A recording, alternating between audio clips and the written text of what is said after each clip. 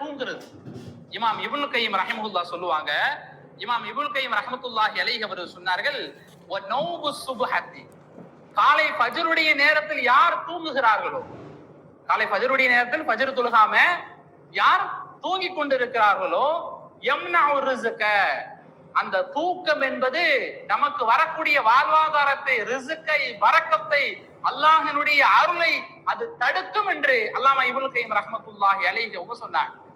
காலை தூக்கம் என்பது நம்முடைய வீட்டுக்கு பெரிய முசீபத், நம்முடைய வீட்டுக்கு பெரிய தருத்தனியுமே காலையில தூங்குறது.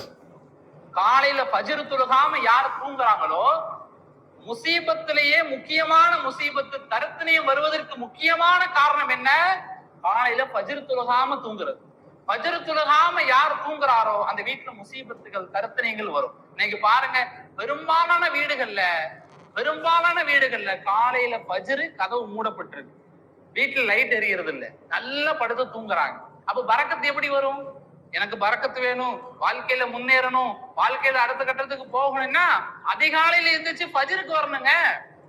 அதிகாலையில எந்திரிச்சு ஃபஜ்ர் தொழுகணும், முஸல்லா விரிச்சு தொழுகணும், வீட்டுல பள்ளி வாசலுக்கு ஆண்கள் வரணும். ஃபஜ்ர் தொழுகாம ஃபஜ்ருடைய நேரத்துல தூங்கிக்கிட்டு எனக்கு பரக்கத்து வரணும், நான் வாழ்க்கையில அடுத்த கட்டத்துக்கு போகணும், நான் பெரிய தொழிலதிபர் ஆகணும், எனக்கு அடுத்தடுத்த வேலைகள்ல உயர்வு வேணும் அப்படின்னா எப்படி வரும்? அல்லாஹ் எப்படி கொடுப்பான்? அப்ப முன்னேற்றம் என்பது, பரக்கத் என்பது